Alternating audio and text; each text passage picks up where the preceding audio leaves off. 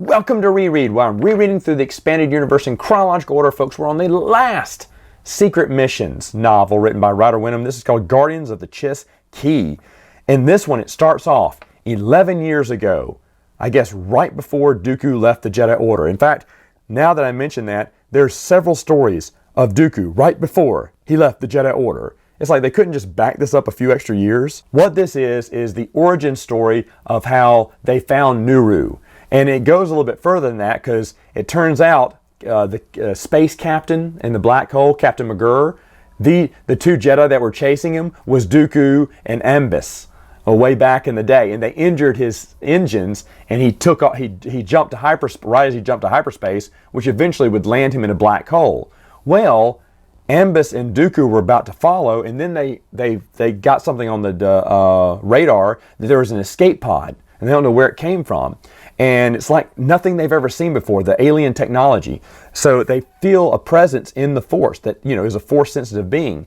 So instead, they decide to go investigate instead of chase after those pirates, and they find a child in there. Well, Ambus is like, he's strong in the Force, we don't know what he is, we need to bring this back to Coruscant. And Dooku's like, why? So he can be a Jedi? He went, you talk like that's a bad thing. Jedi are good. He went, not anymore. They serve a corrupt republic. It's Dooku on the very last days. And it said like, after they brought it in, the very next week or something, Dooku left the Order, or something. But Ambus, it's showing you that Ambus, even though Dooku's evil now, Ambus and Dooku used to be friends back in the day, and that's why Ambus is giving Dooku the benefit of a doubt now that he thinks Nuru is the bad guy.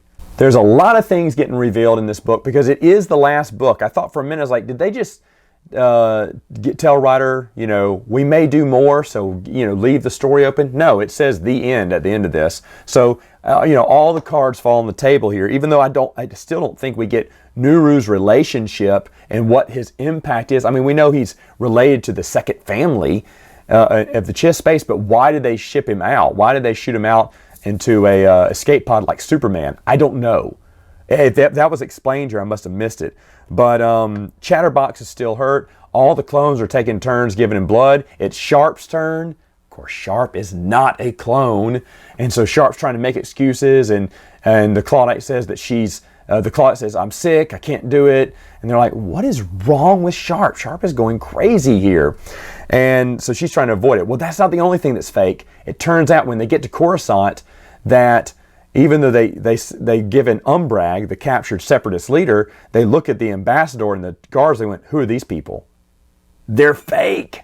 Black Sun agents were who they were. They were impersonating the wrong people, and you find out later on that the real commissioner, the real bodyguards, had been alive this whole time.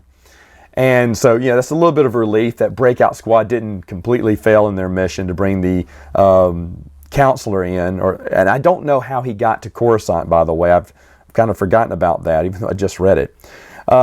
Now, I mentioned in an earlier comic book of the Clone Wars, which I guess I'd put it after these, definitely all those Filoni Clone Wars comic digest, but yeah, Dooku and Sidious are keeping Ventress in the dark on their plans. So that comic book where Dooku just out in broad daylight talks to Sidious with Ventress in the back, I thought was kind of weird. But yeah, in this book they kind of solidified it that Ventress doesn't, we're not going to let her in on all the planning. She still thinks I'm going to make her an apprentice and yada yada yada.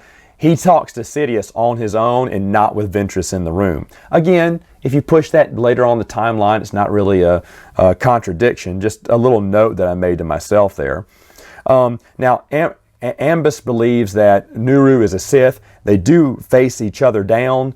However, he almost kills Nuru. Cooler heads prevail, and then they both kind of realize what Dooku has done to kind of twist the truth. Nuru is really mad because he did kill Vereen. At least we think so. We find out that Vereen's alive the whole time, but she wants Palpatine to keep it a secret for some personal reason. Again, the background of Nuru isn't explained, but supposedly she faked her death she blew up the back of her compartment cruiser and escaped in an escape pod. No one ever dies in a children's book, I guess, which I'm not mad at. I'm just saying they just don't explain why. Palpatine even asked why, and she didn't even tell Palpatine. So that's why I feel like there was something else where we're supposed to get more Nuru later on. Maybe so. Maybe writers like, maybe I can make a comic book out of this and keep explaining, his past, keep rolling back his past. But that never happened, unless they did it in a source book or something. Anyway, I do like how he writes. Now that you know Sharp's the real clone, and the other clone is a Clawdite. In this book, writer is when he talks about Ambus with Sharp, it's Sharp. When he talks about Sharp in the Breakout Squadron, the fake one, he didn't say fake Sharp now. He says the Clawdite.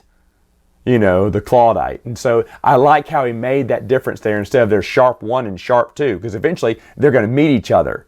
So he went ahead and starts naming her the Clawdite, because obviously by now you know that the fake Sharp is a Clawdite. And then finally at the end, after it's all said and done, Ambus basically leaves the Jedi Order. He can't believe that Dooku had him so twisted around. He did think he killed Vereen.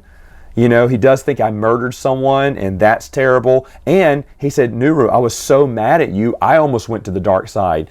So in this whole war, he thinks has just basically changed him for something he doesn't want to be. So he's going back to his original home planet where he's from and just kind of restarting his life. And apologizes to Nuru and hopes he gets, a new master that will do much better with him. Nuru, of course, it just keeps Breakout Squadron, and they're going on their next mission again. Just little missions that that he can handle.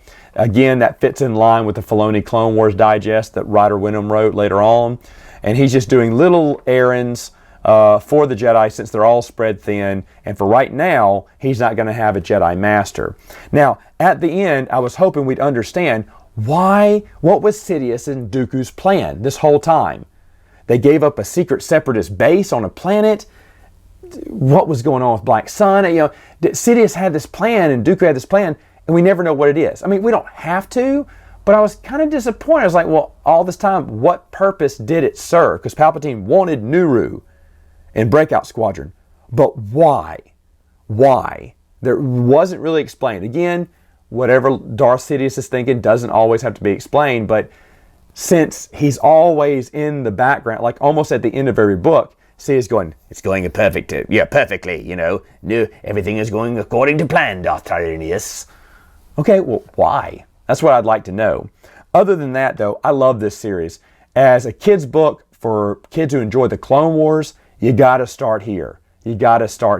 Shoot, this little 4-part series is so much better than any Clone Wars book, novel I've read so far from Del Rey. So, I mean, even though it is kind of kiddie, but it's a fast read, lots of little action, it moves along great, it'll hold your attention of an adult or especially a kid. I really enjoyed all 4 books, and I hope they're not too expensive to find online. Anyway, folks, that's all the time I have for now. See you later.